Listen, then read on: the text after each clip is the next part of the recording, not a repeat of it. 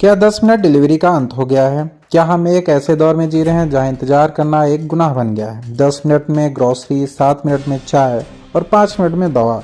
सुनने में किसी जादू जैसे लगता है, लेकिन क्या आपने कभी सोचा है कि इस 10 मिनट के टाइमर के पीछे किसी इंसान का ब्लड प्रेशर उसी रफ्तार से भाग रहा होता है?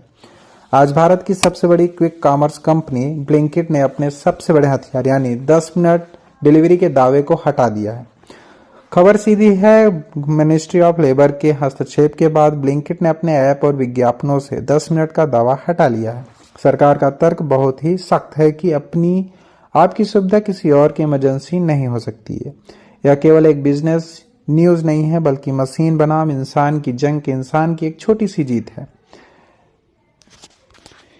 क्विक कॉमर्स का पूरा मॉडल एल्गोरिदम पे टिका होता है, लेकिन इस डिजिटल परफेक्शन को यह नहीं पता होता है कि सड़क पर गड्ढा है, रेड लाइट है या सामने कोई बच्चा आ रहा है। जब कंपनी 10 मिनट का वादा करती है तो यह अपने रडार पर एक अदृश्य चाबुक चला रही होती है। इसे गिग ट्रैप कहा जाता है, जहां एल्गोरिदम पनिशमेंट के डर से राइडर जान जोखिम में डालता है। जरा सी देर होने पर सेटिंग गिरना, इंसेंटिव कटना और आईडी ब्लॉक होना, यह एक कड़वा सच है। उस राइडर की मानसिक स्थिति के बारे में सोचिए, जिसके हर रेड लाइट का एक आर्थिक नुकसान है। उसके लिए 1 सेकंड में की देरी का मतलब है उसके बच्चे के दूध के पैसे कटना। भारत अब केवल ग्रोथ नहीं बल्कि एथिकल ग्रोथ के बीच बात कर रहा है।